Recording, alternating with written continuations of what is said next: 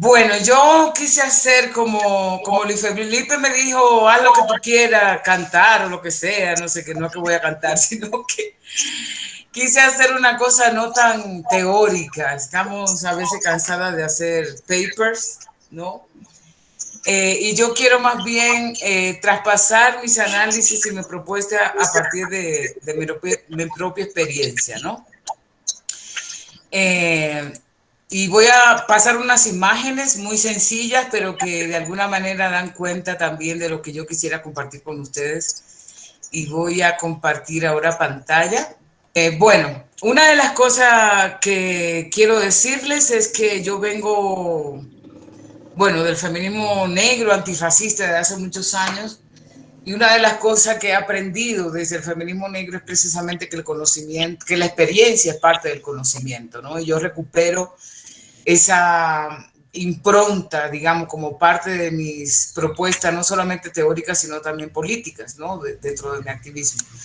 Entonces, quería compartirle primero que yo nací en República Dominicana, en el Caribe. Haber nacido y haberme criado en esta isla me dio herramientas para la conciencia política, que me sirvió para construir mis posiciones y opciones políticas por efectos de la colonización. Y luego por la blancofilia y la hispanofilia de las élites criollas de República Dominicana, a pesar de que la mayoría somos afrodescendientes, una gran parte de su gente niega la negritud. Este es un contexto muy importante para entender mis posiciones como artista afrocaribeña. Adquirí el talento musical a través de mi línea paterna, y aquí hay una fotito de mis tempranas incursiones en eso. Eh, Me relacioné con la música desde muy pequeña, ha constituido buena parte de mi subjetividad, de mi historia, y por tanto ha sido fundamental en mi vida. Desde muy joven, estando en la escuela, compuse y canté, además de organizar agrupaciones musicales. Desde ese entonces podía decir que mis composiciones eran críticas, se referían fundamentalmente a las injusticias y a la libertad. En la década de los 80, cuando me articulé al movimiento de mujeres y feministas de mi ciudad, y aquí paso algunas imágenes de esa época, Santiago, mis composiciones eran referidas a los derechos de las mujeres, con una visión bastante esencialista y homogénea. Pero las mujeres de mi familia, sobre todo mi madre, mis tías, mi abuela, generaron en mí una conciencia de mi negritud. Cuando migré a Santo Domingo, la capital, me articulé a un movimiento de artistas que en ese momento nos llamábamos alternativos, quienes desde distintas propuestas artísticas proponíamos el rescate de producciones culturales. Ay, perdón. Aquí hay algunas fotos también de esa época con algunos de los artistas que en ese momento articulábamos este movimiento. Quienes desde distintas propuestas artísticas proponíamos el rescate de producciones culturales de origen africano y denunciábamos el racismo. Esto coincidió con el surgimiento de la primera organización que se propuso combatir el racismo, el sexismo y el clasismo en República Dominicana, la Casa por la Identidad de las Mujeres Afro, que nace en 1989, de la que fui parte de las fundadoras. También comencé a formar parte del movimiento lésbico feminista de la región y del feminismo autónomo, quienes comenzamos a cuestionar la institucionalización del feminismo. Desde esta época, mi canto, mis composiciones siempre han abordado todos los sistemas de opresión, al tiempo que destacan las resistencias históricas de nuestros pueblos. Mi concepción del arte es que, como forma de expresión, creación y recreación, expresa una visión de mundo. Contiene y reproduce formas de representación y autorrepresentación que van construyendo imaginarios y simbólicos de la cultura, y si bien expresa elementos de la subjetividad, estas son producto de construcciones sociales. Por tanto, el arte para mí no es neutral. En cualquiera de sus expresiones transmite visiones y posiciones políticas. Es por ello que me defino como una artista orgánica. El arte que hago es mi activismo, así como el activismo que hago siempre está ligado a mi arte, que gracias a la migración logró cruzar continentes. Luego de muchos años de ser cantautora individual y mis migraciones a otros países se hacían constantes, llego a Colombia en el 2005. En este país, la academia comenzó a atraparme, aunque siempre en paralelo con mi activismo. Pienso la academia como mi lugar de trabajo, que aunque trato de llevar allí pensamiento crítico, no lo asumo como mi espacio del activismo. En estos años es que comienzo a construir el feminismo decolonial desde el Grupo Latinoamericano de Formación y Acción Feminista GLEFAS. Aquí estamos todas las compañeras y grupos que constituimos el GLEFAS. Un tejido de compañeras, compañeros de distintos países, afrodescendientes, de origen indígenas y mestizas, que nos propusimos la formación teórico-política para activistas de movimientos sociales, espacios de diálogos y debates, investigaciones y publicaciones propias y acciones también movimentistas, siempre articuladas a movimientos sociales de América Latina, de Europa y de Estados Unidos. Desde este espacio hemos sido pioneras en construir el feminismo decolonial en Abya Yala. En este proceso, mi arte se hizo colectivo. Tomé la decisión de conformar la batucada, y aquí hay una fotita, la batucada La Tremenda Revoltosa, una batucada feminista cuyo propósito es colocar en las calles a ritmo de tambores, cuerpos y consignas, denuncias y propuestas, como una forma creativa de hacer activismo. Nos definimos como un colectivo autónomo y autogestionario. Aquí hay otras fotos. Con un posicionamiento radical frente a las opresiones que, como el racismo, el heterosexismo, el clasismo, el militarismo, la violencia, afectan la vida de las mujeres, personas trans, lesbianas y poblaciones en desventaja social, como las afrodescendientes, indígenas, populares. Siempre nos articulamos con diversos movimientos sociales que buscan la paz con justicia social en este país, que defienden sus territorios frente al capitalismo extractivista neoliberal, que luchan por eliminar el racismo y todo tipo de violencia. Es así que hoy, posicionada como feminista decolonial afrocaribeña, mi historia como artista se entreteje por, primero, un contexto caribeño que me posibilita entender la relación entre modernidad y colonialidad desde los inicios del proceso de la colonización, y esa comprensión se vuelca a una necesidad de actuar en mi país de origen, República Dominicana, con jóvenes afros, para consolidar un feminismo decolonial cimarrón que logre combatir el racismo, el sexismo, el clasismo, el heterosexismo, al tiempo que genere acciones que busquen la solidaridad entre el pueblo dominicano y entre el pueblo haitiano. Un lazo que las élites dominicanas han querido romper por sus posiciones racistas antihaitianas. Hemos desarrollado, y aquí viene otra foto, las escuelas feministas decoloniales cimarronas,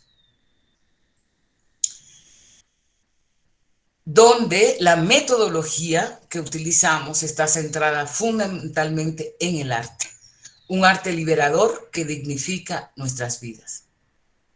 Es por medio de esta concepción de arte que producimos un conocimiento al generar reflexiones, categorías y conceptos otros, la construcción de una memoria distinta a la que establecen los sectores de poder encargados de construir la historia, entre comillas, que desmienta aquellos postulados que se han asumido como verdades, como doxas, y que han construido un sentido común racista, heterosexista, clasista, xenófobo, nacionalista. Rescatamos y visibilizamos las memorias que estaban silenciadas. Rescatamos la dignidad de nuestra gente. Construimos colectivamente un proyecto de liberación que considere a todos, todas, todos subalternos del mundo, donde las identidades son solo estrategias para construirlo. A través de este arte conectamos las emociones, las historias, los sueños y las utopías. Descentramos la escritura, evitamos jerarquías, construimos colectivamente para cuestionar los mismos cimientos de la modernidad, colonialidad al proponer, experimentar y crear representaciones, creaciones, pensamientos, discursos y prácticas anti y decoloniales desde un lugar geopolítico particular como es esta Abya Yala. así es que desde esta postura feminista decolonial, el arte que concibo desde estas experiencias se abre a temporalidades relacionales. Nombramos y vivenciamos los mundos que han sido negados, sobre todo desde los pueblos racializados de los que somos parte. Ha implicado una práctica pedagógica decolonial que parta de los conocimientos comunitarios y colectivos al sentir, el experimentar fuera de una estética colonial que sigue construyendo la construcción de la memoria y la percepción de ese mundo otro, decolonial, cimarrón y de liberación. Esa es la propuesta que yo consigo en torno al arte. Y yo creo que es interesante lo que le estoy planteando, porque primero parte de una experiencia concreta, en este caso en el Caribe, que además yo migro a otros lugares, y que desde la fundación de la Casa por la Identidad de las Mujeres Afro ya empezábamos a cuestionar estas lógicas racistas de la estética, no solamente de nuestros cuerpos que han sido centrales, sino también la estética del arte que se producía fundamentalmente en República Dominicana, por un lado en las lógicas de los museos, ¿no? Y por otro lado, al mismo tiempo, un reconocimiento de estas experiencias de resistencias históricas, porque la gente en el Caribe y en muchos lugares de la Via Yala hace arte todos los días. Esto de pensar, digamos, que los sectores subalternizados solo hacen artesanía, es reducir, digamos, la producción de símbolos, de espiritualidades, de construcciones, de conocimientos, ¿no? Para seguirnos subalternizando en esta cuestión de la estética y el arte. Por eso, para nosotras, esta última imagen, que son las escuelas feministas decoloniales cimarronas, como ustedes ven, estos son diferentes años, ya tenemos 8 años haciendo este trabajo, donde lo que hacemos fundamentalmente es primero reconocer lo que hay en las comunidades donde estamos. En general comunidades rurales afros en resistencia, que se han mantenido durante años, ¿no? con expresiones cimarronas, y que lo único que nosotros tratamos de hacer es un proceso formativo que permita primero reconocer esa producción, esa resistencia histórica, a partir de lo que las mismas comunidades producen, en términos de arte, en términos de alimentación, en términos de las dinámicas de relacionamiento que existen. Y eso nos permite dignificar la vida, no solamente de las comunidades, sino también de nosotras. Como ustedes ven, la mayoría son personas afros, tanto mujeres, hombres, personas trans, donde nos encontramos más o menos en los veranos en República Dominicana y que tratamos de construir un conocimiento colectivo. Y el arte, como ya dije, es la herramienta fundamental que buscamos para conectar esta resistencia, estas vidas, estas subjetividades, analizar las violencias que también se ejercen tanto en las comunidades como fuera de las comunidades para construir ese mundo otro. Entonces, esa ha sido más o menos mi trayectoria, mi relación con el arte. Yo quisiera más bien abrir para que tengamos una conversación.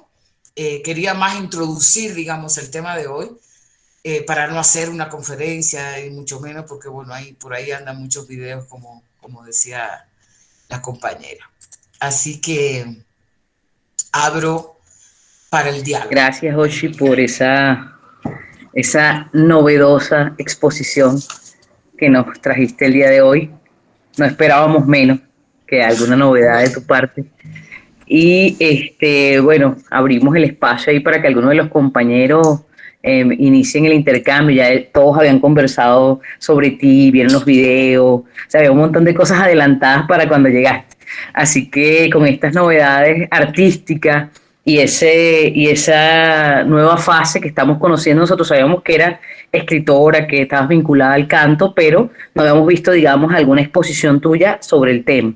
Entonces, se nos hace muy interesante y bueno, vamos a escuchar a ver si hay alguno de los compañeros que quiera intervenir, Humberto o cualquiera de los otros compañeros quisieran iniciar la conversa. No sé, no tuve la oportunidad, Ochi, de ver las creaciones. Sabes que uno de los ambientes institucionales donde es esta conversación es la Universidad de las Artes, ¿no? Ajá. Y muy particularmente ahí están los estudiantes egresados del programa de formación avanzada en artes y culturas del sur. Y entonces, bueno, se conversa mucho, ¿no? Y ahí, entonces, bueno, una de las cosas que se conversa es sobre el tema del arte y el tipo de arte, ¿no? Ujú. A mí me encanta que la aproximación tuya, tú no estás hablando del tipo de arte, tú no estás enseñando cuál es el arte que estás diciendo, sino más bien con quién lo haces y desde quién lo haces, o sea, desde Ujú. cómo está, digamos, participando la gente del diálogo y cómo está poniendo o dándole caja de resonancia a lo que es calificado normalmente por la arrogancia museística como o folclore o arte popular. Es decir, Ujú. como si hubiera, pero el otro necesariamente se ubica como arte impopular. Y quería hablar un poco quería que hablaras un poquito sobre lo que se produce, sobre lo que se hace, el tipo de música que suena, el tipo de obras que están construyendo. Ok. Bueno, yo hablé de mi experiencia primero como cantautora, que eso lo dejé hace un tiempo porque, bueno, la cuestión de la migración, pues ya saben, uno tiene que buscarse maneras de sobrevivir, ¿no? Eh, y como yo decía, pues mis producciones, yo tengo dos producciones discográficas, pues la mayoría trata de recuperar precisamente nuestra historia. Y cuando digo nuestra historia, es la historia como mujer afrodescendiente del Caribe, que articula, digamos, lo que yo planteaba sobre una denuncia, digamos, en torno a cómo las opresiones pues se van sintiendo en el cuerpo, ¿no? Pero también un análisis también estructural de esto. Musicalmente yo hago, particularmente hice muchas cosas, me gustaba mucho el blues, ¿no? Por la historia del blues, pero además musicalmente me gusta mucho el blues. Pero bueno, hice merengues, hice varias cosas, siempre fusionadas con las raíces de nuestros ritmos afrocaribeños, ¿no? Luego ya yo presenté La Tremenda Revoltosa, que aquí, bueno, todo el mundo sabe que las batucadas es una expresión que viene precisamente de la resistencia afrobrasileña, aunque tiene sus orígenes en África, y que lo interesante de esta propuesta es que nosotras logramos, bueno, hay una cosa muy interesante en la batucada, y es que la construcción se hace colectiva, que yo creo que es una condición sine qua non de una propuesta de colonial. Y se hace colectiva no solamente en la toma de decisiones también, sino también en los ritmos. Lo que tratamos de hacer con las batucadas no solamente era tocar, por ejemplo, los ritmos que siempre se tocan en la batucada, como el samba reggae, etcétera, sino también fusionarlo con algunas producciones musicales que se están haciendo en Colombia desde hace siglos, como la cumbia, como el corrulao, como etcétera, y poder producir, digamos, una propuesta en las calles, porque ese es nuestro mayor escenario, que lograra, digamos, también conectar con la historia misma de este país, ¿no? Que está, ya sabemos, lleno de conflicto armado, mucha violencia por todos lados, pero además la batucada rompía en ese momento que tenemos ya 9 años, rompía con una lógica de que solamente los hombres tocaban los grandes tambores, ¿no? Nosotros fuimos las primeras aquí en Bogotá, por lo menos, que hicimos eso, y eso también rompe con este imaginario masculinizado sobre esto, ¿no? Luego ya en las escuelas, nosotras nos articulamos a un proyecto que existe en Dominicana que se llama Calalú Danza. Es un proyecto muy interesante, pueden buscar información en el YouTube. Y empezamos porque Calalú Danza tenía ya un trabajo con niños, niñas, adolescentes en las comunidades rurales, ¿no? Tratando de reivindicar la identidad negra. Y lo hace fundamentalmente en lo que Marily Gallardo, que es la coordinadora de esta escuela, ha llamado el aspecto de producción cultural, ¿no? Cuando estamos hablando del aspecto de producción cultural, estamos diciendo que fundamentalmente no es solo lo que la lógica de la élite entiende como producción cultural, como bien lo dice Humberto, sino fundamentalmente lo que las comunidades crean todos los días, ¿no? Entonces ahí, por ejemplo, hay una serie de comunidades como la comunidad de Villamella, que está en el noreste de la ciudad de Santo Domingo, donde hay unas manifestaciones culturales que se llaman los congos, ¿no? Y los congos es una de las cosas más directas que tenemos de África, donde las comunidades todavía pues están ahí. ¿Y quiénes son las que han logrado que ese, no solamente el ritmo, porque está ligado también a la espiritualidad, mantenga ese ritmo? Fundamentalmente las mujeres negras de esa comunidad. Entonces, ¿cómo eso, a través de estas mujeres que forman parte de la escuela, se va transmitiendo en las nuevas generaciones de niños, de niñas, adolescentes, para que ellos y ellas vayan entendiendo lo que les significa el Congo, que lo oyen muchas veces, ¿no? Esta historia del Congo, para entender también la historia de la esclavitud, la historia de la colonización. Es decir, todo siempre lo hacemos no con estas cosas, piedras tan duras que hablábamos de modernidad, colonialidad, Quijano, etcétera, sino que fundamentalmente a través de esa manera, de esa música, de esa espiritualidad, entonces empezamos a conectar con la historia de la esclavitud, por qué existen los congos, de dónde vienen los congos, qué papel jugaron estas músicas también en la articulación de las resistencias históricas cimarronas, por ejemplo, ¿no? La otra cosa, son muchos ejemplos porque es una escuela que es muy larga, pero otra cosa muy interesante es cómo pensar el Caribe insular a través, digamos, de no separar, porque una de las cosas que han hecho las élites, por ejemplo, Haití, República Dominicana, que ha sido una historia dolorosa, ¿no?, de cómo la colonización separó la isla, que creó dos espacios nacionales.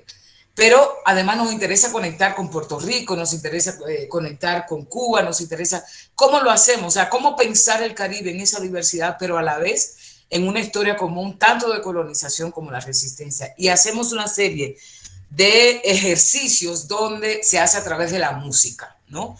Y el cuerpo. Por ejemplo, ponemos muchas veces un son de Cuba, donde un grupo tiene que bailarla, pero tiene que buscar información sobre esa música, sobre ese baile, tienen que hacer un performance sobre ese baile y hablar sobre esto. Y luego hay otro grupo que lo hace sobre Martinica, otro grupo que lo hace sobre Dominicana, otro grupo que lo hace sobre Haití. Ahí entonces empezamos a identificar varias cosas a través del cuerpo.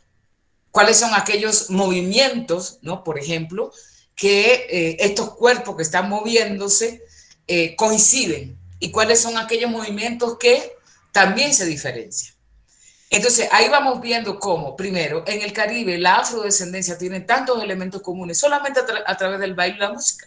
Hay muchas cosas más, ¿no? Pero ahí nosotros la trabajamos a través del baile y la música, y ahí hay desde bachata, desde merengue, desde el son cubano, desde, en fin, desde la bomba de Puerto Rico, etcétera.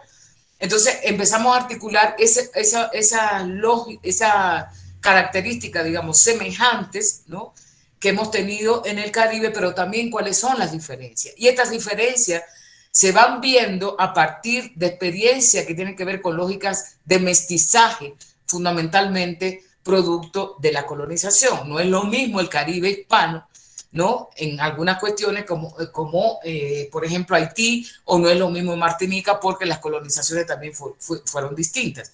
Entonces, a través del movimiento de la danza, como también de la música, logramos conectar en términos de cuestiones historiográficas desde nuestra narrativa, no desde la narrativa de las élites, y así empezamos entonces a construir lo que sería la necesidad de la solidaridad insular en este caso, ¿no?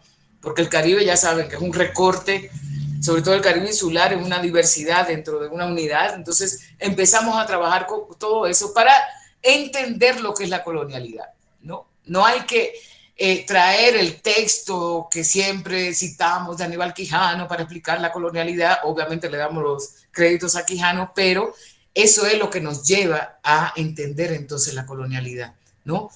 Partir del hoy, del presente, del cuerpo, de las músicas, de lo que tenemos hoy, para poder entender entonces cómo se fueron construyendo una serie de jerarquías raciales, sociales, etcétera. Es así como lo hacemos, Humberto. Tengo muchos ejemplos que hacemos en esta escuela. Para mí, esta escuela es lo más decolonial que yo he hecho en mi vida, ¿no? Más allá de que yo haya escrito textos sobre eso.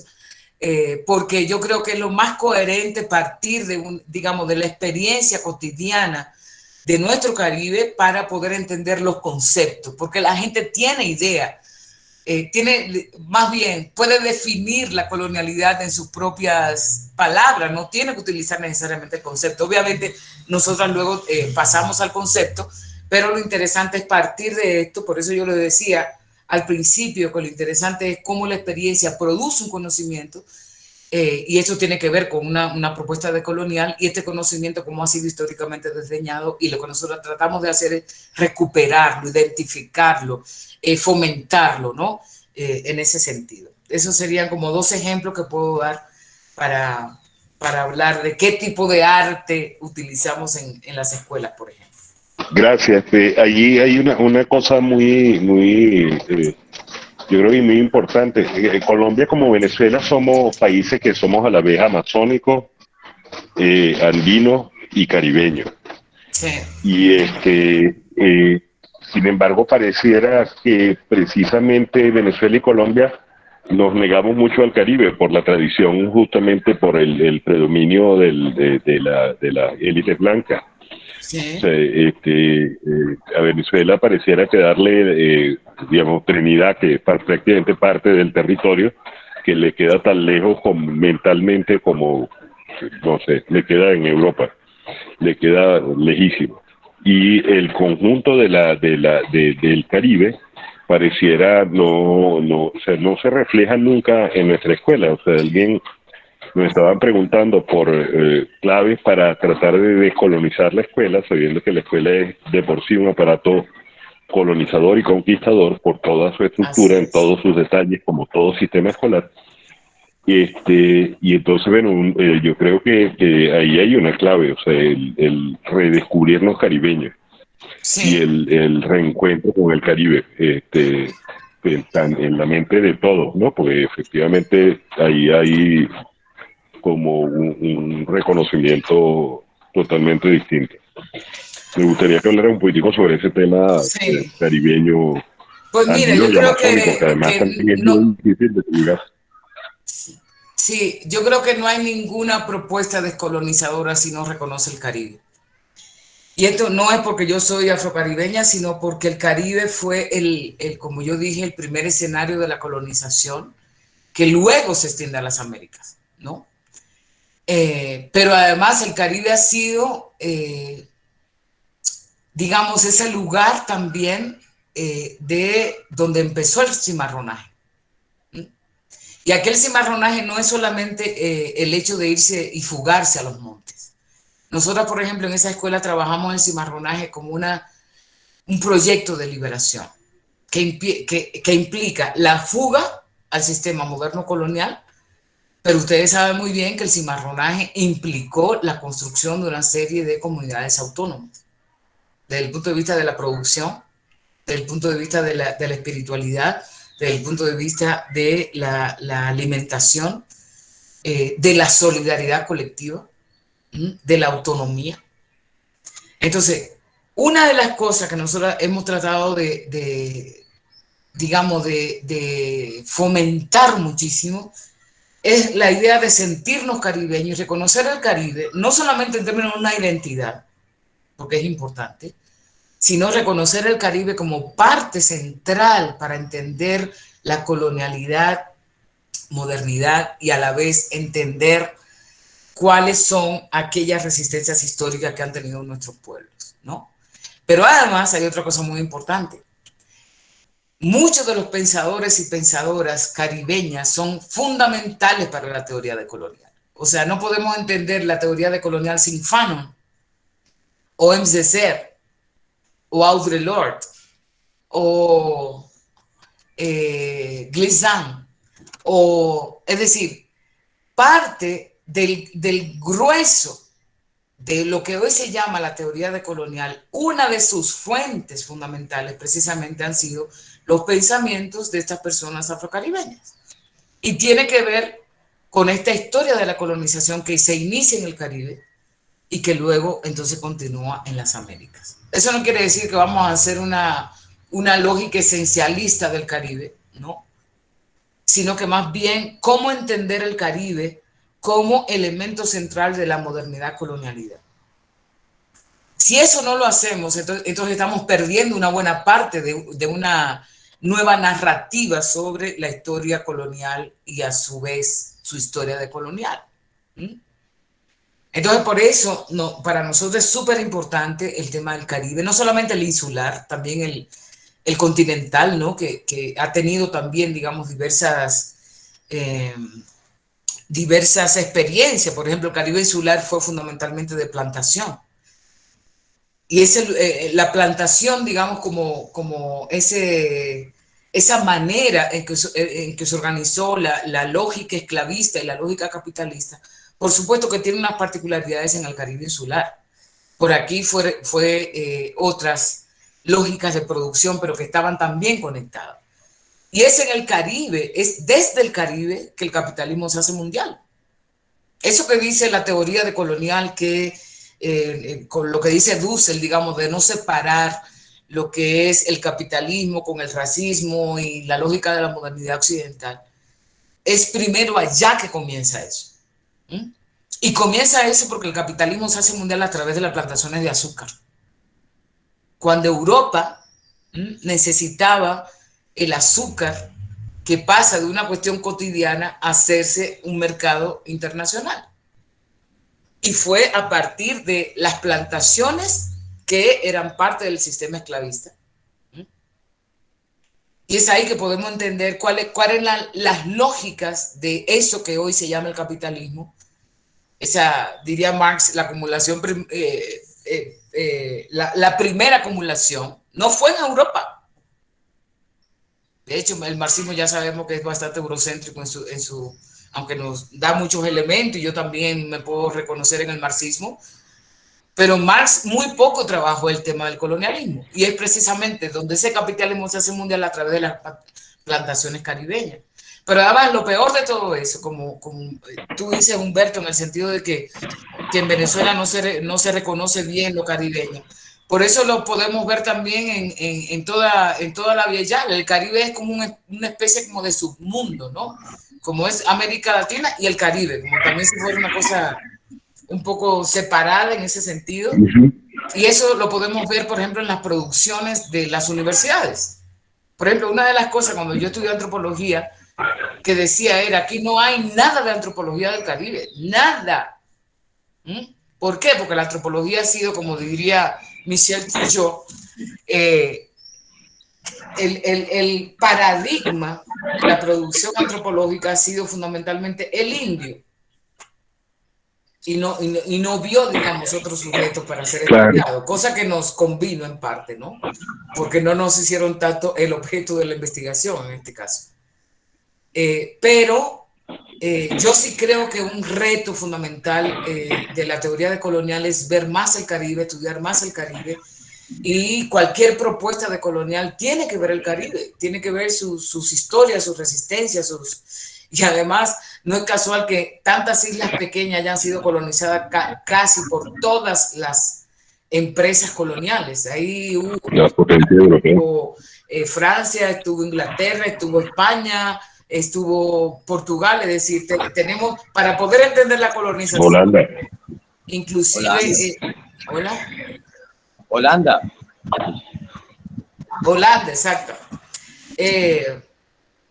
Ahí lo podemos entender, ¿no? Y cómo además lograr una solidaridad y coaliciones transnacionales que tomen el Caribe en serio.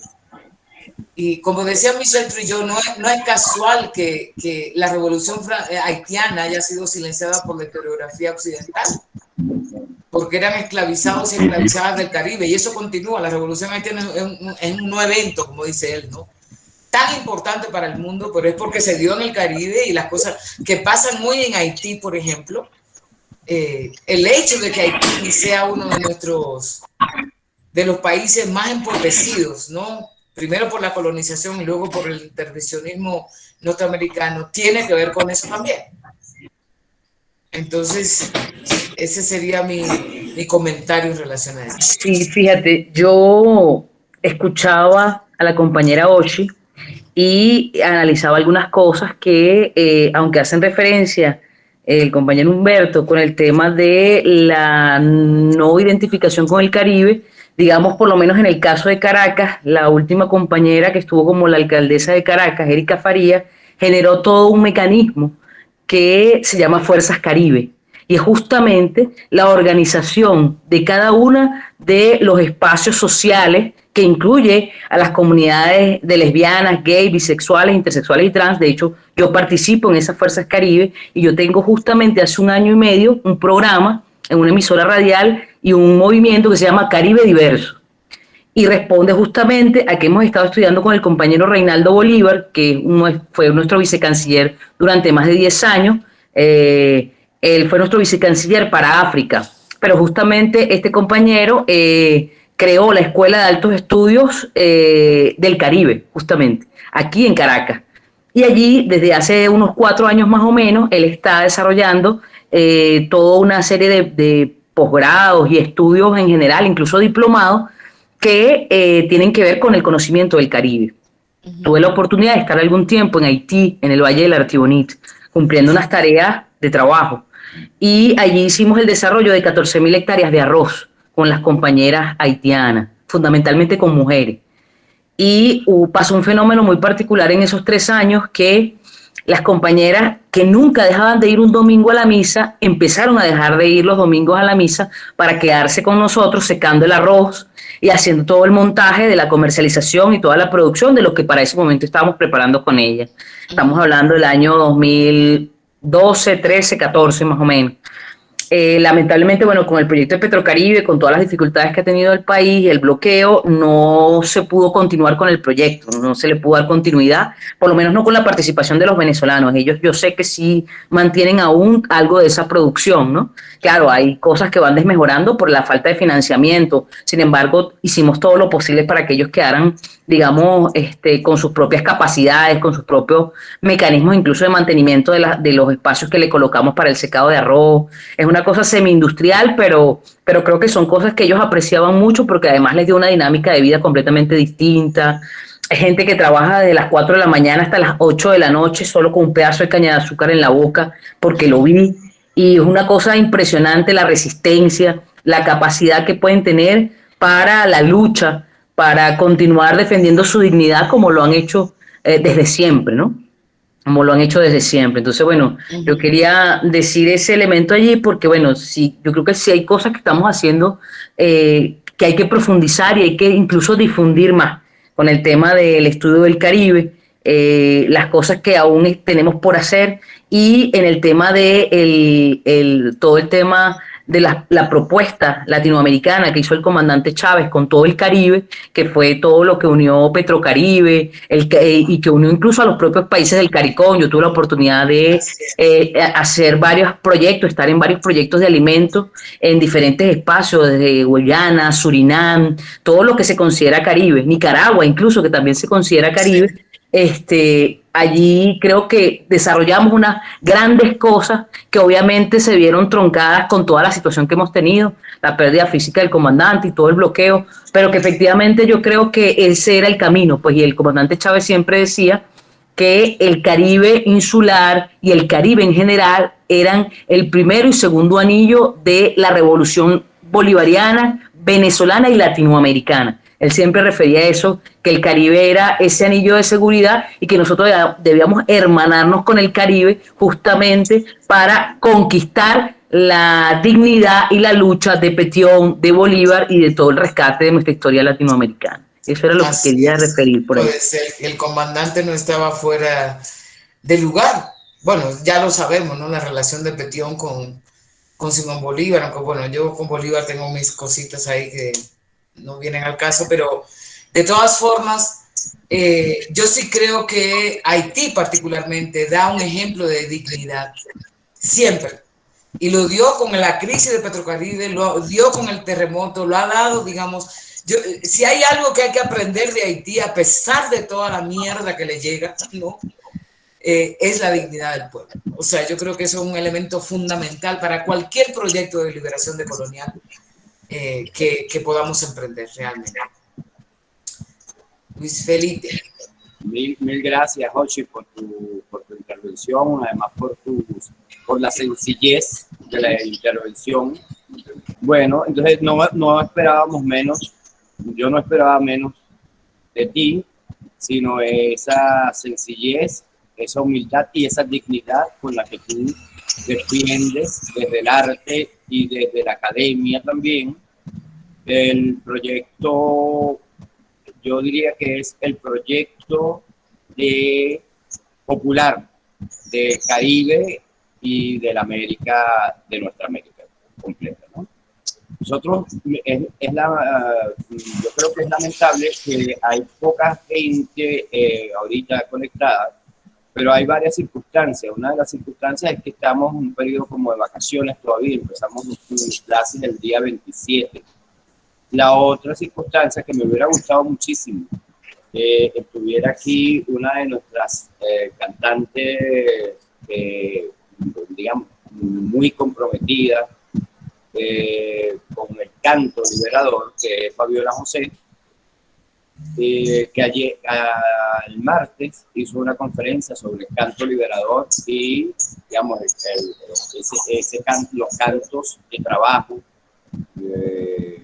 Casi siempre, bueno, la mayoría de los cantos de trabajo tienen que ver con la cultura llanera, que aquí llamamos tonada, creo que la habrás escuchado, sobre todo porque has escuchado seguramente a Simón Díaz y la Vaca Mariposa, sí, y todas esas cosas.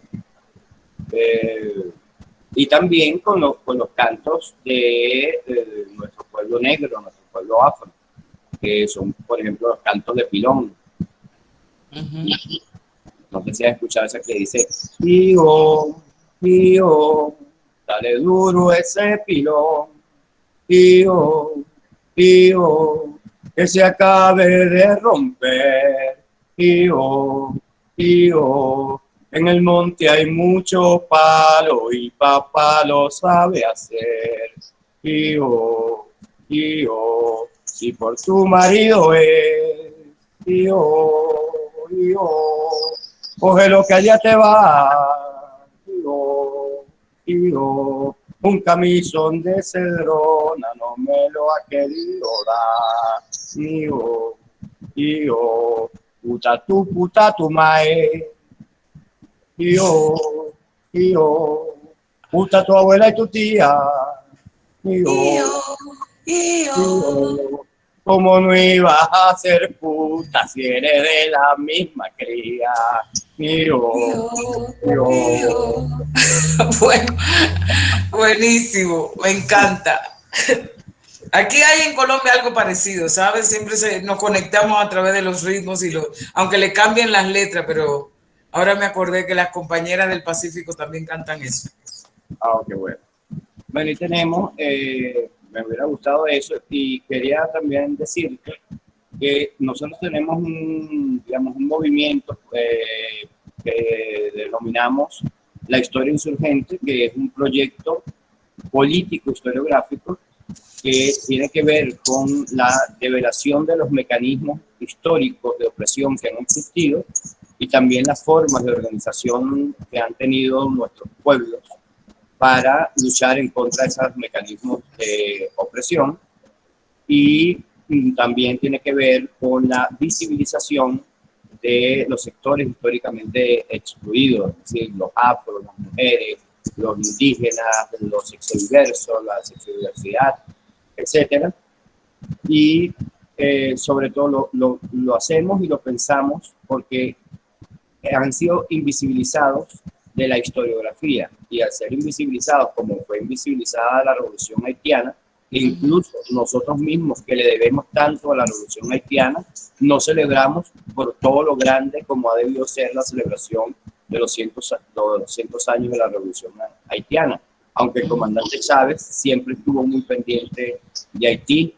Incluso no sé si cuando habrás visto alguno de los videos, cuando estuvo en Haití, que se bajó a correr con el pueblo haitiano. Sí, lo he visto.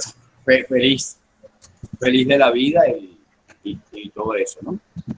Y bueno, mucho hizo, creo yo, el comandante Chávez. Claro, como dice la compañera Aisha, hay muchas cosas que ahorita se nos han truncado por por el bloqueo, etcétera, pero mucho se hizo con Petrocaribe, mucho con las misiones, la misión Milagro, por ejemplo, que es la misión para operarle los ojos sí, a los ojos. Sí, siempre venía mucha gente del Caribe, los alojábamos aquí en hoteles nuestros, se hacía la operación y después volvían a su patria totalmente, bueno, gratis, etcétera, ¿no? Esa solidaridad, ¿no? Y entonces este proyecto, digamos, político, historiográfico, que ahora estamos también tratando de fundamentar teóricamente, está relacionado también con el proyecto de la decolonialidad, pero digamos, a nosotros el asunto de la decolonialidad nos entró desde un principio por la filosofía histórica del comandante Chávez. O sea, el comandante Chávez era capaz de hacer un discurso para 1 millón de personas en una avenida y enseñarles, por ejemplo, simbólicamente un asunto de colonial, es decir, desde la práctica más, así como tú lo haces desde canto, desde la danza, etcétera, él lo hacía desde la política y desde el discurso. Y entonces él le decía, ¿cuántos de ustedes conocen cómo se llaman las naves de Colón? Y todo el mundo, la Pinta, la Niña y la Santa María. Dice, ¿y cuántos de ustedes conocen cómo se llamaban las naves libertadoras de Francisco de Miranda? Y la gente apenas decía el Leander, pero no sabían que había uno que se llamaba el Bagus y el Pix, por ejemplo. Cosas como que cambió aquí hay un parque que se llama Parque Francisco de Miranda ahora, y allí estaba en un lago que hay en ese parque una nave que era la Santa María, y Chávez ordenó quitar esa nave y poner al Leander. Y entonces allí ahora está el Leander, que es símbolo de nuestra liberación, de nuestra resistencia y de nuestra insurgencia en contra de los poderes hegemónicos. Esas cosas las hemos hecho y las hacemos, bueno, las hacemos para toda nuestra América, con mucho cariño, con mucho amor. Buenísimo. Que los y las venezolanas somos además una gente muy receptiva, muy cariñosa y muy comprometida. Yo insisto también, no le tengo ningún temor al culto al héroe ni nada de esas cosas, porque además nos quisieron hacer ver también que no teníamos, por ejemplo, que estudiar a Bolívar. En la Escuela de Historia de la Universidad Central de Venezuela, que se supone que es la más importante, ya no lo es. Ahora es la Universidad de las Artes, donde está tu Bolívar. No, yo creo que, perdón, termina. No te escuché. Que termine, que te interrumpí porque quería hacer un comentario en relación a lo que dices. Ah, sí.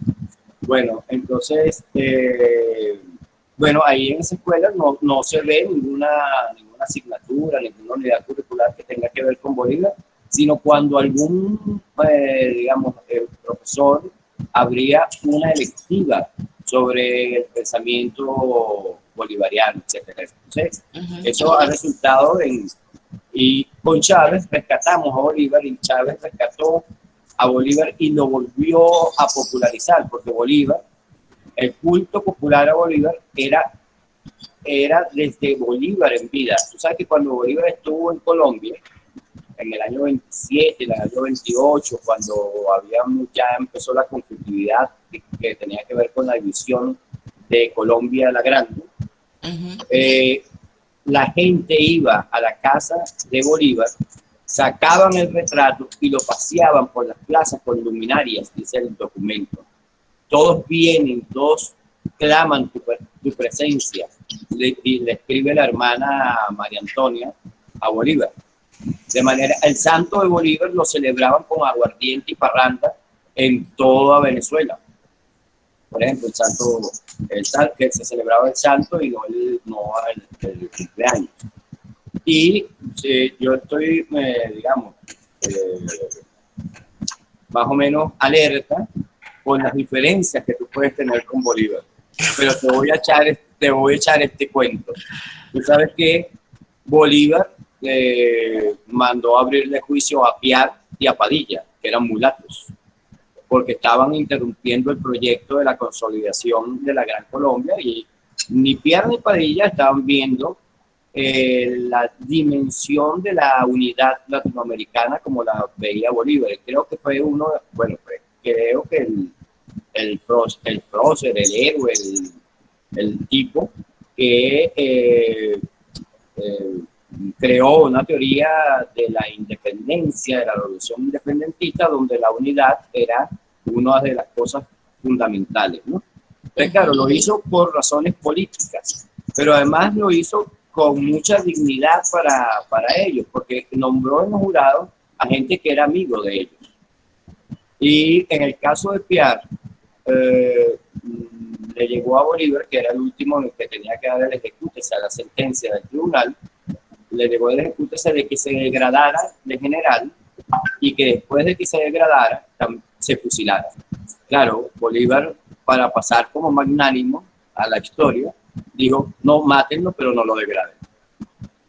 Bueno, Piar ahora va a entrar al Panteón Nacional, que Piar no había entrado al Panteón Nacional, y hemos reconocido que Piar, y gracias a Piar, se pudo hacer la revolución de independencia porque fue el que conquistó el sur de Venezuela, donde estaba la máxima producción de ganado y de recursos para poder seguir haciendo la guerra de liberación que estábamos haciendo en aquel momento.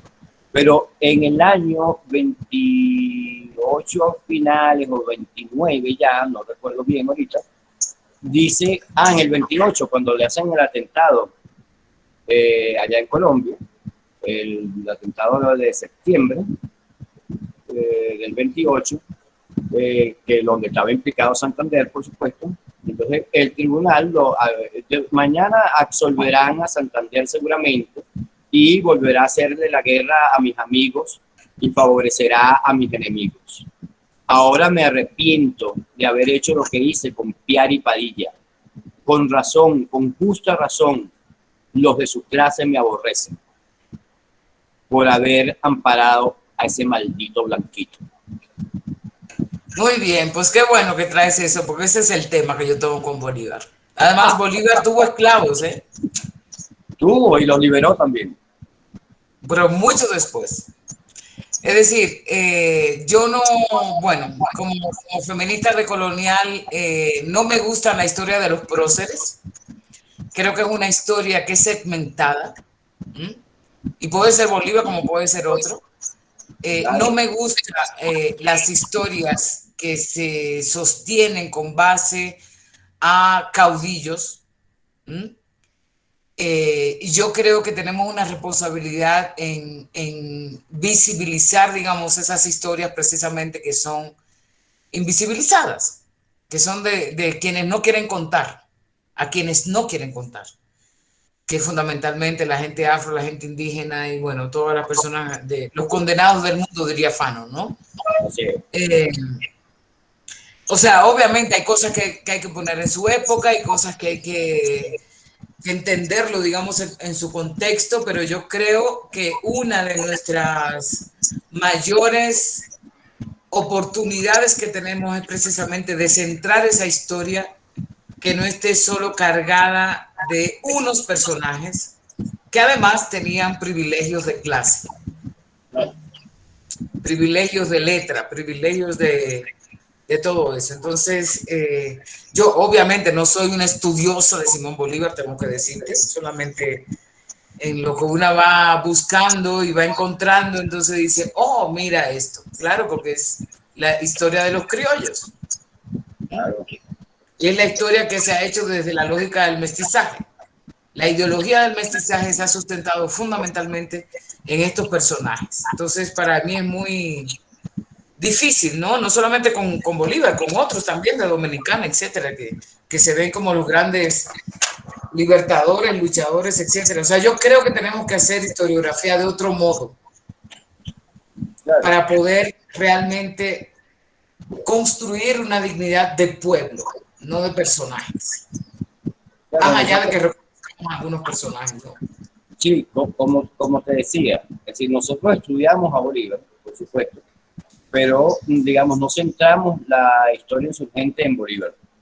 Pues te dije que la centramos en la develación de los mecanismos de opresión, de las formas de organización para luchar en contra de eso y de la visibilización de los sectores históricamente excluidos. Y estudiamos a Bolívar porque lógicamente Bolívar es venezolano y porque Bolívar es... Sí, no, hay que estudiarlo, hay que estudiarlo. Y por todas esas cosas y para ver dónde es que es humano y que tuviera un ser humano y todas esas cosas que es Bolívar, por supuesto. Pero, por ejemplo, Bolívar cuando sube el páramo de Pisba para ir a hacer la batalla de Boyacá y quien gana, por ejemplo, la batalla de Vargas, el primero que gana en la batalla de Vargas es Juan José Rondón, que Juan José Rondón es un negro que estaba en el ejército libertador venezolano, llanero, etcétera. Y Bolívar, un poco después, escribe una carta donde dice: mañana es San Rondón y cumplo años yo y todos mis compañeros en Vargas. Nombra santo al negro. Imagínate tú de lo que es capaz Bolívar. Lo nombró santo. Mañana es San Rondón y cumplo años yo y todos mis compañeros en Vargas. O sea, Bolívar era muy malandro, ¿viste? Bolívar no era tan cifrino como uno cree. Tan pijo, como dicen los españoles, ¿no? Entonces nosotros, por ejemplo, ese páramo de Pisba, por ejemplo, a mí me interesa que ahí subieron muchos llaneros acostumbrados a un clima muy caliente, etcétera. Morían las mulas, morían los hombres, morían los caballos y una mujer parió en pleno páramo de Pisba, en la punta del páramo a 3.500 metros y bajó con su carajito y llegó a Tunja con su carajito en brazos. Esa mujer, mujer de uno de los soldados que iba acompañando, es para mí la heroína de Pisba, la heroína de la batalla de Boyacá y de la llegada a Tunja, y el carajito también. Era solamente para leer unos mensajes, porque, bueno, además quiero después decir otra cosa. Uno de Luis Piña que dice somos 70, pero después corrige, son 10 los que están conectados a la conferencia con un solo medio. Allá en Barquisimeto, Luis Piña y Jenny Rodríguez, siempre consecuente. Está muy bueno el foro y estamos de acuerdo en que la práctica en su totalidad va a desplazar el colonialismo. También hay un comentario antes que hizo Ismenia Orbat. Excelente, Ochi, saber otra parte de ti, confieso que la desconocía totalmente, y entonces a todos te envían un saludo. Gracias. Y bueno, ¿cómo se llama? Felicitaciones, abrazos y besos, pues además todo tiene que ser así con lleno de esa idea. Sabes que voy a volver ahorita sobre el tema del Caribe, pues Luis estaba por ahí con Bolívar, y entonces porque lo que dice Hachel es verdad, y entonces yo quería contarte eso, porque de repente pasa algo parecido en Colombia. Alguien lo comentaba en un foro anterior, que decían que lo que es el Caribe colombiano, en realidad no le dicen el Caribe, sino que le dicen el Atlántico colombiano. Hay una negación muy curiosa de eso.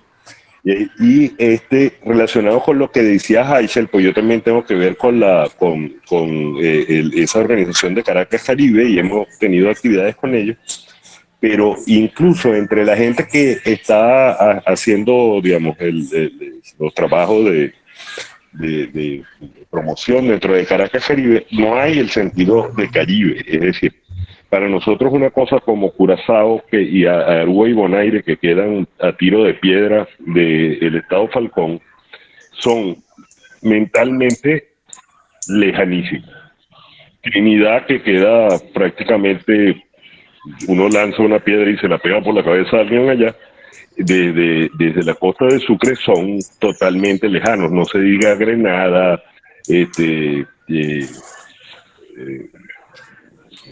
Martinica o Dominica o Antigua y Barbuda. Son prácticamente sitios desconocidos. Incluso, por ejemplo, el Caribe nicaragüense es una cosa, o Belice, no están dentro de la conciencia venezolana.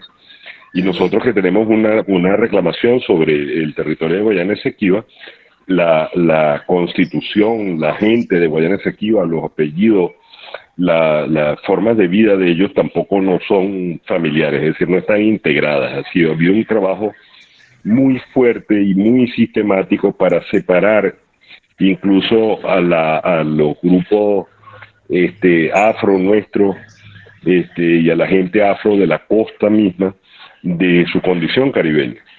Y entonces yo creo que eso pareciera también ser, pues por eso insistía mucho en el tema de lo clave que era el Caribe y me encantaba escucharte sobre eso. Además, bueno, te estoy pidiendo permiso para poderme comunicar contigo sobre ese tema para ver que nos lo devuelvas un poco para el trabajo con maestros y el pensamiento sobre, o tratar de desarrollar una idea para trabajar con escuela primaria, que nos están dando esa oportunidad en el Centro para la Descolonización. Y que hablar esa experiencia que hace de la práctica descolonizadora más que, bueno, conjuntamente con la palabra y la teoría, o sea, no hace depender a una de otra, es un punto de vista que me parece fantástico. Pero hay una cosa, Humberto, también, y tiene que ver con una de las cosas que produjo el colonialismo y la colonialidad fue el estadocentrismo, ¿no? Y ya sabemos un poco la historia de los estados nacionales, cómo se construyeron en estas latitudes. Y es que el Estado-Nación y esta idea, o sea, podemos hacer una separación metodológica de lo que es el Estado y lo que es la nación, pero en el caso nuestro, el Estado-Nación, digamos, como institución jurídico-política de la colonialidad, nos vino con toda, ¿no? La forma de organización social fundamental es el Estado Nacional. Y claro, ¿quiénes crearon, a propósito del tema anterior, quiénes crearon los Estados Nacionales? Fueron las élites criollas.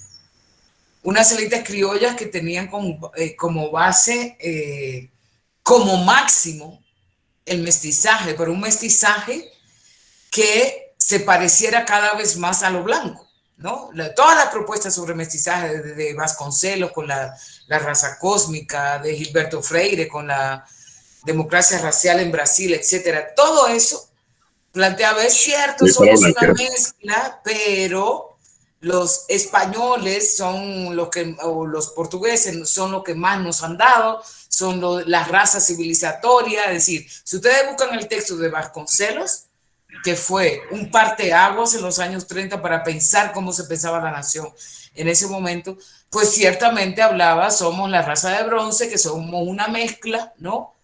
Pero cuando tú vas a analizar su discurso, lo que hace es cómo coloca a la gente negra, a la gente indígena en la base de la pirámide, ¿no? Entonces, eso tiene que ver mucho también con el tema de las geopolíticas internas de los países, es decir, ¿por qué los caribes, no tanto insulares, sino también todo eso que tú has hablado en este momento, los continentales, aquí el de Colombia, el de Perú, el de no sé qué, están en el lugar geopolítico donde están, precisamente porque esta lógica estadocéntrica, ¿no?, hizo también pensar una serie de zonas dentro de los países que no eran parte de lo que era ese proyecto, digamos, de nación de las élites. Y eso lo podemos ver internamente, pero lo podemos ver también en toda la América Latina, cómo es que se concibe el Caribe, ¿no? Entonces yo creo que una propuesta de colonial tiene que abordar esas cuestiones, tiene que abordarlo, porque acuérdense que somos países porque nos fragmentaron, y nos fragmentaron fundamentalmente los colonizadores, ¿no? Y eso tiene que ver también con esta cosa de esta insistencia sobre qué hace el Estado-Nación sobre defender las soberanías y todo lo que viene después con la militarización, ¿no? Entonces, yo creo que una propuesta de colonial, no solamente en términos del Caribe, hay que ver, digamos, cuáles son las situaciones de cada país, cómo es que consideramos una serie de gente que están al interior de nuestro país, pero cómo también consideramos gente que son de otro país, ¿no? Donde el fútbol, por ejemplo, nos hace separar. O sea, no hay una cosa más impresionante cuando... Yo siempre me llevo de la definición que hace Anderson sobre lo que es una nación. Una nación es una vaina que la gente se imagina en su cabeza, ¿no? Pero que además tiene una serie de emociones dentro tan impresionante que la gente se defiende frente a otro país que probablemente es su propio pueblo, solamente porque el Estado Nacional ha definido una serie de fronteras en relación con lo otro, ¿no? Y eso es muy poderoso, o sea, sentirte que tú eres de otro, y bueno, eso implica xenofobia, racismo, todo lo que ya sabemos, ¿no? Entonces, yo creo que una propuesta de colonial es primero historizar. Historizar nos ayuda a generar otro tipo de interpretación de la historiografía oficial. Entender cómo fue que nacieron los estados nacionales, cómo se dio aquí en América Latina y el Caribe y cuáles han sido las implicaciones para los pueblos que eso ha tenido. Porque casi naturalizamos el Estado-Nación. Ah, sí, ya existe, eso somos, etcétera, pero eso tiene una serie de implicaciones que si no entendemos políticamente de manera crítica, pues vamos a seguir segmentándonos, fragmentándonos en términos de los proyectos políticos, ¿no? Lo cual no quiere decir que no existan diferencias, que obviamente tenemos historias también particulares en cada lugar, pero yo creo que son más las historias comunes que tenemos que otra cosa. Entonces, no, para mí no se trata solamente de solidaridad con otro país, se trata de un proyecto de liberación que implique entender cómo fue que pasó todo eso para poder entonces emprender esos proyectos de otra manera, ¿no? Y efectivamente yo creo, Humberto, como tú dices, que así como tú pones esos ejemplos, lo podemos ver en muchísimos lugares. Pero también lo podemos ver con los pueblos amazónicos. Yo acabo de venir hace un mes de Cuyo, que es donde están los pueblos amazónicos del Ecuador, ¿no? Y cómo precisamente es el Estado-Nación que empieza a dividir las comunidades que antes no eran frontera entre Perú, entre Ecuador, lo que pasa aquí también con los guayú, entre Venezuela y Colombia. Okay. Pueblos que no, o sea, que no entendían de la frontera, que no les interesaban de eso porque eran pueblo. ¿No? Entonces yo creo que eso es un elemento fundamental que cualquier propuesta de colonial, de liberación, sea desde el arte o sea desde donde sea, tenemos que volver a historizar para tomar posición sobre eso, ¿no? Porque siempre la historia nos contaron que así fue y no cuestionamos esa historia, ¿no? Lo que acaba de decir Edochi es totalmente bolivariano. Sí. Es la unidad de nuestra América. De manera que estamos de acuerdo. Aquí hay una profesora que trabaja precisamente el asunto de la balcanización de nuestra América y cómo los Estados Unidos y el Imperio Norteamericano influyó mucho en eso, como por ejemplo boicotearon el Congreso de Panamá, que era un congreso donde seguramente iba a ser posible hacer un proyecto unitario muy importante, cómo dividieron Centroamérica, pero cómo nos dividieron también nosotros. Ahí, digamos, no es nada más una cosa endógena, es también producto de la influencia imperial, ¿no? Así que por supuesto. Que valen las dos cosas. Pero una cosa solamente, Luis Felipe, quiero decirte. América tampoco la podemos unificar u homogeneizar. Claro. Porque resulta que en América, eso que el colonialismo llamó América, porque también es una propuesta colonial, hay una serie de clases sociales, de racismos entre la misma gente de América. Entonces, a mí ya no me basta, eso lo dije una vez, ¿no? Pero ahora ya no me basta con solamente pensar en la unidad de América. Porque resulta que esa América, ¿no? Tiene los gobiernos que ya sabemos que tenemos, por lo menos aquí en este sitio donde yo estoy en este momento, ¿no? Tiene la derecha, tiene los fundamentalismos religiosos, tiene los racistas más racistas que se creen blancos, ¿no? Entonces a mí eso no me basta. Yo creo que un proyecto de liberación tiene que cuestionar también con base a qué se va a unir la supuesta América. Claro. Porque hay una serie de relaciones económicas, sociales, políticas que todavía siguen manteniendo las jerarquías raciales, de sexo, de todo tipo, que ningún proyecto que piense en la unidad de América por la unidad de América va a funcionar. Por lo menos como proyecto de liberación, puede funcionar para otras cosas, ¿no? Estamos de acuerdo, totalmente de acuerdo. Bueno, te leo los comentarios. Uno de Juan José López hace 9 minutos. A pesar de no compartir su visión no caudillista, que algunos la podríamos tomar como antibolivariana, debo admitir que su postura en las artes es muy interesante por lo incluyente y feminista. Gracias por su charla y aportes a la lucha anticolonialista, dice Juan José López, le decía. Y hay otro de Ismerli Puerta de hace 4 minutos que dice: saludos amigos. Un gusto y gran honor poder saludarle desde Puerto Ayacucho, capital de la Amazonia venezolana, la tierra donde nace el soberbio río Padre Orinoco. Fíjate que es una conversación que parece más chiquita de lo que es. Efectivamente está bastante extendida por el territorio y la gente que está participando, con la escasez de medios que tenemos, le está sacando con bastante fuerza y beneficio. Y le devuelvo la palabra a Heichel, que es quien tiene que dirigir la conversación. Hemos tenido ahí, digamos, hemos disertado por múltiples temas, creo que hemos recorrido todo: arte, historia, bolivarianismo, América Latina, el mundo. Bueno, ha sido la tarde, pues, ha sido la tarde del disfrute del conocimiento, del debate, de las posiciones diversas que son absolutamente válidas y que, bueno, justamente eso es para eso, para el encuentro, para escuchar los argumentos y sobre todo para encontrarnos en cosas comunes, ¿no? Como el tema del Caribe, como todo lo que todavía podemos seguir construyendo en torno a la liberación de nuestros pueblos, la construcción colectiva.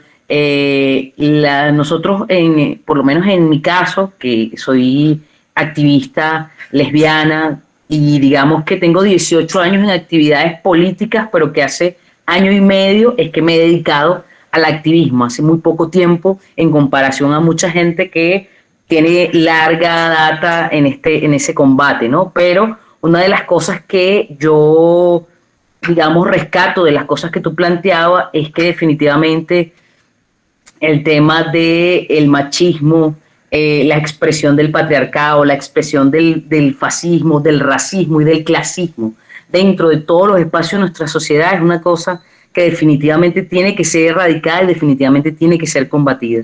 Nosotros ayer justamente, por ejemplo, dábamos un debate en un grupo. Sabes que acá hay consejos comunales, que es un mecanismo que creó el comandante Chávez en función de ayudar o impulsar la organización de bases para que la gente pueda darse un gobierno más adecuado a sus realidades. Un poco ese era el principio, ¿no?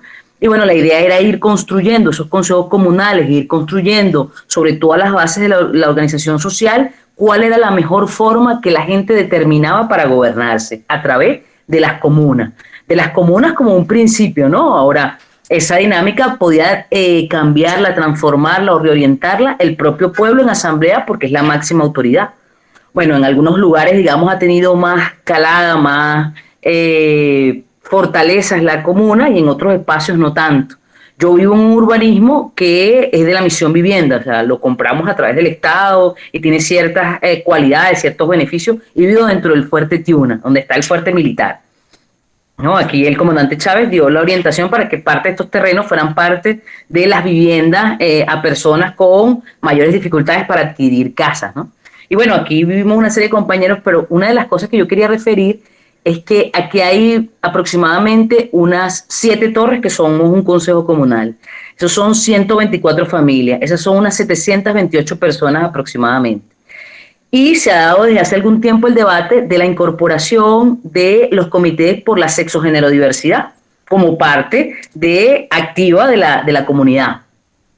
Pues nos hemos encontrado las cosas más increíbles del mundo. De hecho, un grupo de evangélicos hoy, ahorita dentro de media hora me voy a encontrar con ellos porque ellos quieren impugnar el comité, porque eso es una cosa muy mala, porque nosotros queremos imponerle a la gente para que aprenda a ser homosexual. Cosas como esas se dijeron en el grupo.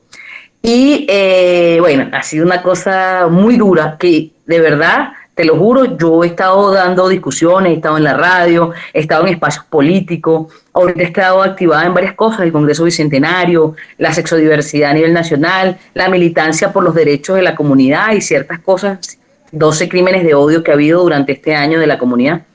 Entonces, nosotros hemos estado activos en eso, pero yo he escuchado cosas, pero las que leí anoche en ese mensaje, en esos mensajes, es las cosas más, o sea, me sentía que retrocedimos como 200 años y estamos hablando de donde la gente se supone que es más elevada, donde estamos construyendo el poder popular. Ok, tranquila, donde estamos construyendo el poder popular, donde estamos construyendo, digamos, la posibilidad de darnos nuestro propio gobierno y con nuestras propias estrategias y nuestras propias fórmulas, y se supone que la gente aquí tiene una visión, digamos, más de colaboración, de solidaridad, de entender al otro, y aún así vemos cómo se expresa, ¿verdad? Toda el coloniaje, lo peor de todo ese aprendizaje está expresado ahí en un WhatsApp de 111 personas, donde 4 nada más somos activistas y abiertamente homosexuales o gay. 4 de 111 en un chat, en un grupo. En realidad son 723 personas, pero imagínate esa batalla que tenemos que dar ahí y en los niveles que hay que darlo. Una ignorancia, pero suprema. Entonces, bueno, así estamos todavía. Hay lugares donde la cosa está elevada y hay lugares donde todavía la batalla apenas empieza. Pues yo creo que qué bueno que lo traes porque a propósito del comentario de Juan José, no es que yo soy antibolivariana, yo defiendo la revolución bolivariana donde estoy, defiendo la revolución cubana donde estoy, pero si nosotras, si nosotres que estamos en un proyecto eso de liberación, de descolonización, no cuestionamos las lógicas de estas revoluciones, entonces estamos jodidos. Estamos jodidos porque estamos tapando el sol con un dedo. O sea, en estos procesos revolucionarios sabemos muy bien que se dan relaciones de poder bastante cabronas, ¿no? Como la que tú acabas de mencionar, Haisha. Entonces, que en Cuba yo lo he vivido muchas veces, es decir, es como si en Cuba es como si el gobierno dijera no hay racismo y tú lo ves todos los días. En Cuba, ¿no? Es como si el gobierno dijera no, aquí no hay discriminación y tú la ves todos los días. ¿Me entiendes? Entonces, ¿qué es lo que yo creo que un reto fundamental es precisamente, primero, pensar cuál es el proyecto político que queremos, porque no es cierto que todo el mundo tiene en la cabeza el mismo proyecto político, ¿no? O sea, una cosa es que algunos se piensen en un proyecto político, pero ¿cómo es que lo vamos a pensar? No solamente tomarnos el Estado, sino que una de las cosas, por lo menos en cualquier proyecto decolonial, es terminar con todas las jerarquías, todas, de sexo, de género, de sexualidad, de raza, de etnia, de nacionalidad, etc. Ese es el proyecto de liberación. Entonces la pregunta, que yo no la voy a contestar obviamente, que eso es un trabajo de años, es ¿cómo es que logramos desde una posición, por ejemplo, bolivariana, confrontar estas lógicas de poder cuando tú misma estás contando que a pesar de que se busca una construcción comunitaria, hay una discriminación, hay una lógica de lesbofobia, hay una lógica de homofobia, como puede haber la racista, como puede haber la de muchísimas cosas. Ese es un punto que como personas que estamos, digamos, en esta onda de la decolonial es fundamental. O sea, no nos basta solamente con construir proyectos de Estado, porque la sociedad es una cosa mucho más compleja. O sea, el heterosexismo no es solamente que yo respete a los gays o a las lesbianas, o yo tengo una amiga lesbiana, etcétera, sino que el heterosexismo forma parte de la lógica del Estado Nacional, cualquiera. Y si no, yo preguntaría cuánta gente gay, lesbianas, trans están dirigiendo el Estado de Venezuela en este momento. Como lo puedo preguntar en Dominicana, como lo puedo preguntar en Cuba. ¿No? Esas son las preguntas que por lo menos a la gente que estamos en la onda decolonial tenemos que hacer. ¿Y qué significa esa vaina? Porque eso no es sencillo. Tenemos 500 años de colonización encima. ¿No? Entonces, me interesa que lo traiga porque no se trata de cualquier posición ahora estar en el binario si soy antibolivariana o no soy antibolivariana. Yo siempre le voy a cuestionar cosas a la revolución bolivariana, como se le ha hecho a Cuba, como se le ha hecho al gobierno dominicano, que no es lo mismo ni es igual, obviamente, es decir, pero además no solamente a los gobiernos, a la sociedad en su conjunto. y trato, no voy a decir que soy coherente totalmente, pero trato por lo menos de construir otro mundo. Porque ¿quiénes somos la gente más jodida de esto que está pasando? Pues las mismas, las lesbianas, los gays, la gente afro, la gente negra, la gente indígena, la gente empobrecida. Lo mismo, que empezó en 1492 y todavía seguimos al día de hoy. Buenas tardes. ¿Cómo estás, Hola, Jochi? Maritza. Muy bien. La amada hermana nuestra, Colombia. Caliente. ¿Tienen el verano allá? Está caliente en el sentido de, por un lado, cada vez peor, pero por otro lado hay una resistencia en este pueblo que yo cada vez admiro más. Eso es muy bueno, porque eso dice cosas muy buenas sobre ese pueblo tan amado por nosotros.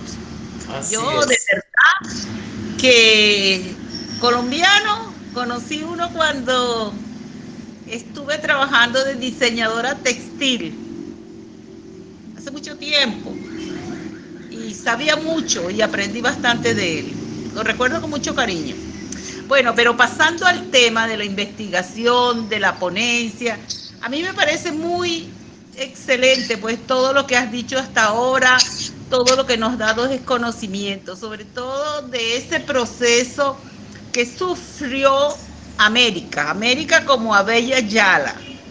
Eso es tan importante para mí que sale desde 1498 prácticamente hasta los albores de esta república, porque podemos decir que estamos en una república bolivariana, cierto. Pero ¿qué pasa? El sentir de la cotidianidad. Nosotros mismos somos discriminadores, muy discriminadores. Yo lo viví en carne propia. Yo soy viuda y yo me casé con un negro. Mis hijos son morenos, muy morenos. La niña muy linda y el varón, bueno, ni se diga. Y de verdad, mi propia madre era discriminadora. Entonces, este proceso de los afrodescendientes, eso todavía es una realidad. Y la vivimos nosotros. Yo la viví en carne propia porque mi madre no quería a mi esposo. Y bueno, son experiencias de la vida, yo aprendí a sobrevivir con eso. Me costó mucho, ya él tiene 3 años de fallecido, pero fue triste porque a lo mejor un acercamiento familiar hubiera sido más interesante. Y bueno, no me hizo falta porque yo formé mis hijos con una moral y fuerte, muy fuerte. Ahorita estoy sola, la chica se fue para Chile, se casó, allá tengo un nieto chileno y mi hijo es general de brigada. Nosotros salimos adelante, sin la familia. Pero bueno, pero sí me interesa mucho el tema de los afrodescendientes, me fascina. Estuve trabajando sobre los derechos abolicionistas de Simón Bolívar. Hice un trabajo de investigación bien importante. Y me parece todo ese planteamiento que tú acabas de hacer, que me puede dar luces y me puede ilustrar sobre esos temas que me he planteado seguir haciendo. Gracias, de verdad, desde mi corazón. Qué bueno, Maritza, qué bueno que resististe a la lógica del racismo que sea familiar, porque también las familias son complicadas, ¿no? Sí, Así cierto. que te agradezco que hayas compartido esa experiencia. Gracias a ti. Y bueno, aquí tienes una amiga venezolana. Gracias, mi querida, pero ya te me voy a aparecer. Buenas tardes, para mí es un gran honor, un gran placer poder conectarnos esta tarde, además decirles desde dónde estoy participando en este importante encuentro. Nos permitimos enviarles saludos fraternales a cada uno de ustedes donde se encuentren en cada uno de sus espacios y sus hogares. Me encuentro ahora en este momento en Puerto Ayacucho, en la capital del estado Amazonas, en el corazón de la Amazonía venezolana, donde nace el soberbio e indómito río Orinoco, nuestro río padre. Es de verdad que un gran placer poder conocerles a través de estos medios de comunicación e interacción. Ismerly Puerta, diputada de la Asamblea Nacional, además orgullosamente formó parte de la familia legislativa, precisamente de la Comisión Permanente de Familias, Libertad de Religión y Culto, que magistralmente coordina, gerencia y preside la diputada Asia Villegas Poljap, quien por supuesto le agradezco la oportunidad de formar parte de esta importante comisión.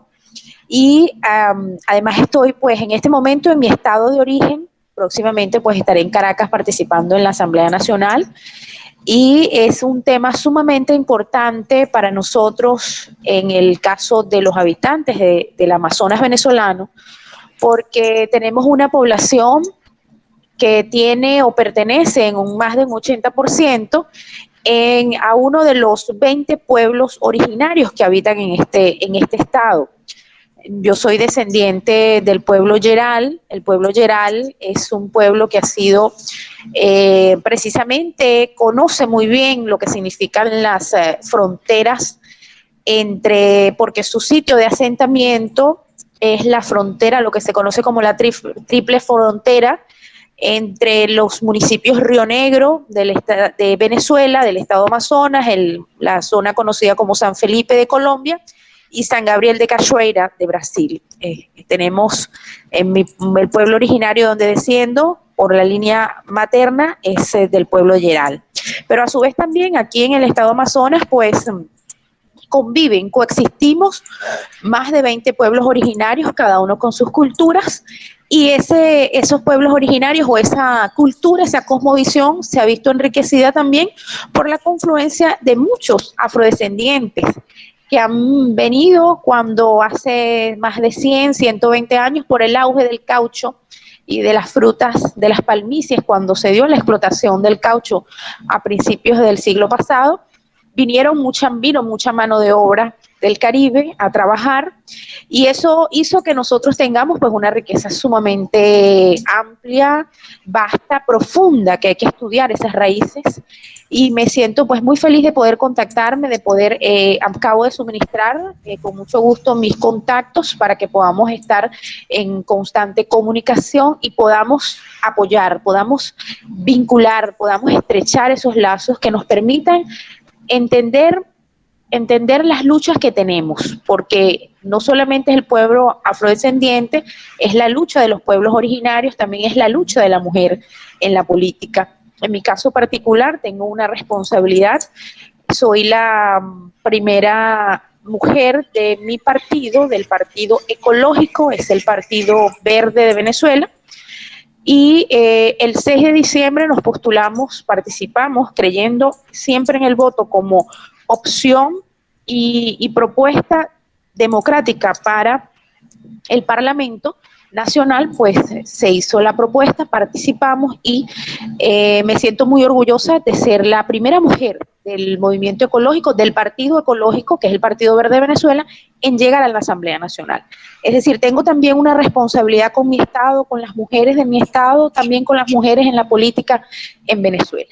Es importante la participación de todos, no solamente en el caso de la mujer, que todos tengamos la oportunidad de acceder a nuestros espacios o a los espacios que están allí, que por diferentes razones, por diferentes motivos, no hemos accedido aún en estos tiempos. Hay muchos espacios en los cuales han sido siempre dominados o por élites del comercio o élites transnacionales, o también por élites del punto de vista sexista.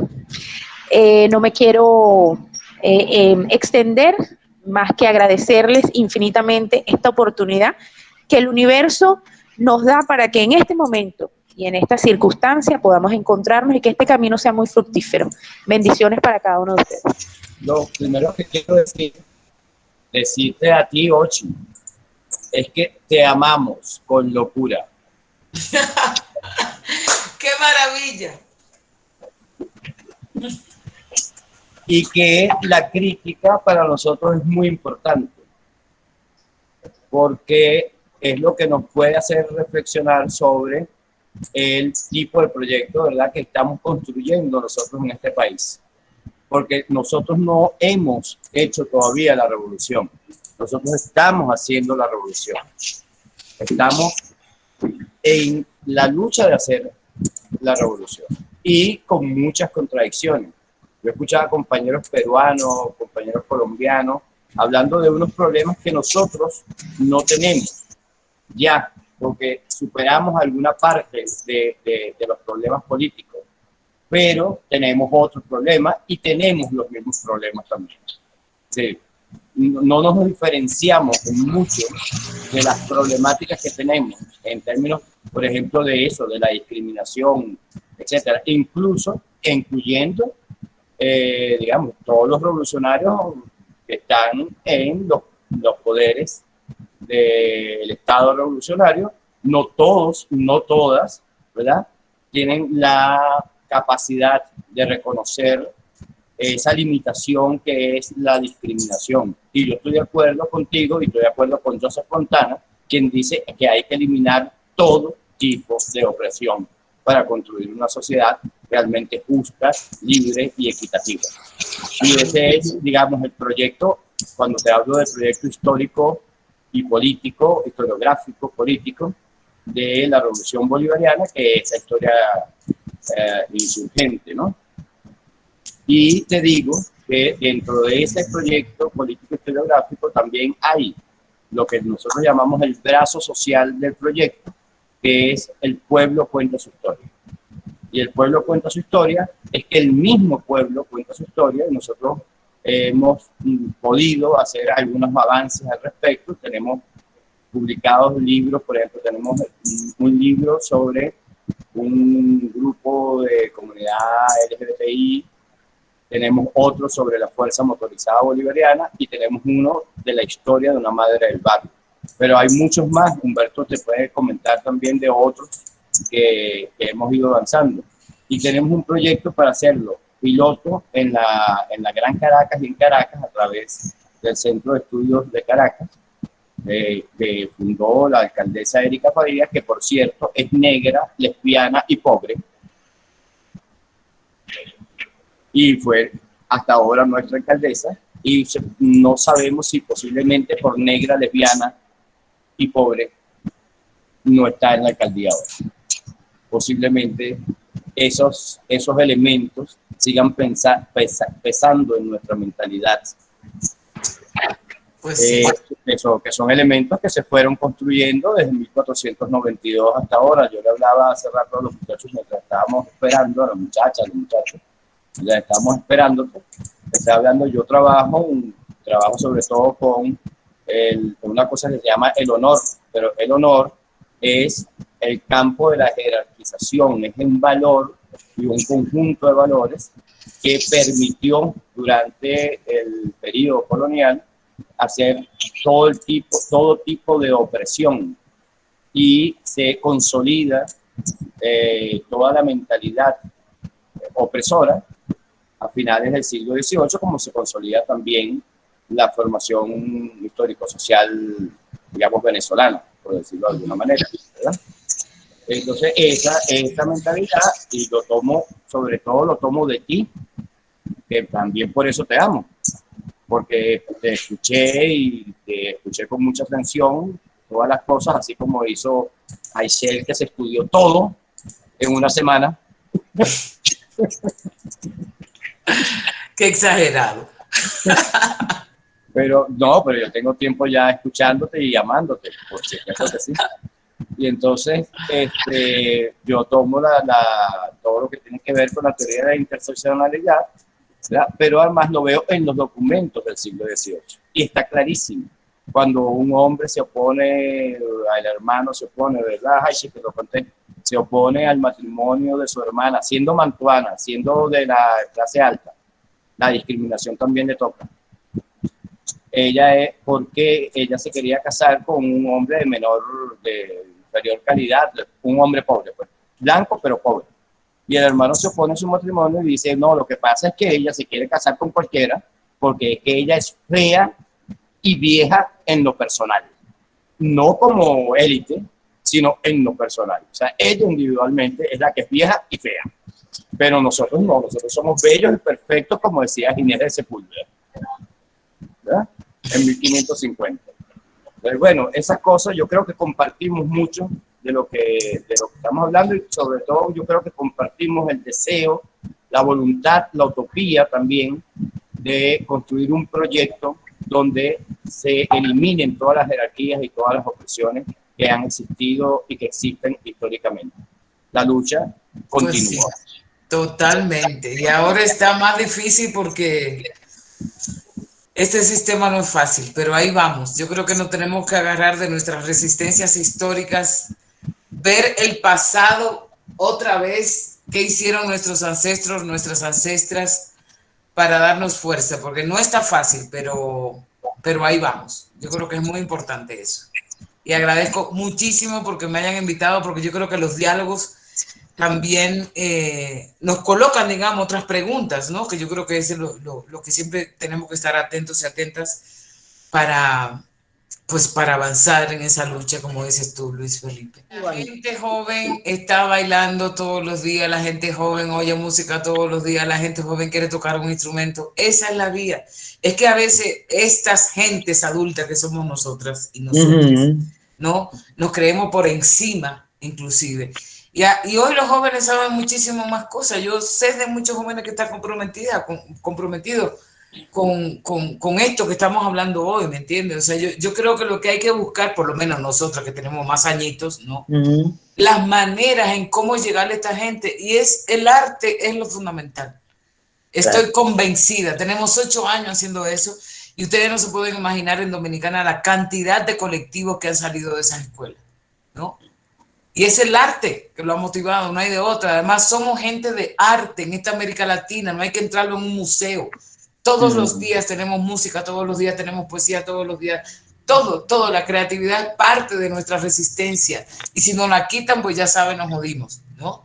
Correcto. Entonces, yo creo que tenemos que de verdad descolonizar nuestras mentes, pensando que son las conferencias, que son las charlas, que son... No, el arte es central para también hacer un proyecto de liberación, que ha sido parte histórica, ¿no? De ese proyecto. Claro, el transmitir el mensaje de toda la teoría en esas cosas sencillas. Claro, creo que ese es el punto. Además tiene una ventaja, y es que coloca el tema de la emoción como el centro, ¿me entiendes? Es decir, cuando tú vas y oyes una charla, por eso yo no quería hacer una conferencia hoy, porque a mí me parece una cosa como que, a ver, es decir, vamos a dialogar, ¿no? Con base a algunas ideas que yo di al principio. Eso tenemos que aprenderlo también, porque el colonizador nos dijo que esas eran las maneras de transmitir el conocimiento. Que una persona experta se pare a hablar con la otra gente, entonces, hay todo el respeto. No. A ver, nosotros en general construimos comunitariamente, nuestros pueblos construyen comunitariamente, ¿me entiendes? Entonces, ¿cómo es que vamos a hacer para descentrar esta lógica eurocéntrica que nos han puesto, donde se dice que si tú no sabes escribir no sabes nada, que si tú no vas a una universidad, haces un doctorado, eres una mierda? O sea, ¿cómo vamos a ir haciéndole fuerte a esto? Nuestros pueblos conocen, tienen conocimiento, tienen teorías, tienen conceptos, tienen categorías, tienen metodología, tienen todo. Entonces, ¿cómo que vamos a reconocer eso? Esa es la pregunta y el reto, además, que nos tenemos nosotras mismas, incluyéndome, de descolonizarme, de cómo hacer la cosa de otro modo, porque es que la gente vive de otro modo todos los días. Cómo la cotidianidad tiene que ser parte de nuestro escenario fundamental para poder llegar con ciertos mensajes a mucha gente. Por eso, para mí, la tremenda revoltosa, los tambores, fue tan importante, porque es que estamos construyendo teoría en la calle con tambores, como lo ha hecho nuestro pueblo siempre. Entonces, ese es el último mensaje que quiero dejar, porque el arte es una cosa liberadora, y más si se hace desde los pueblos, es parte de nuestra resistencia histórica que tenemos que seguir construyendo y hacer la metodología, además.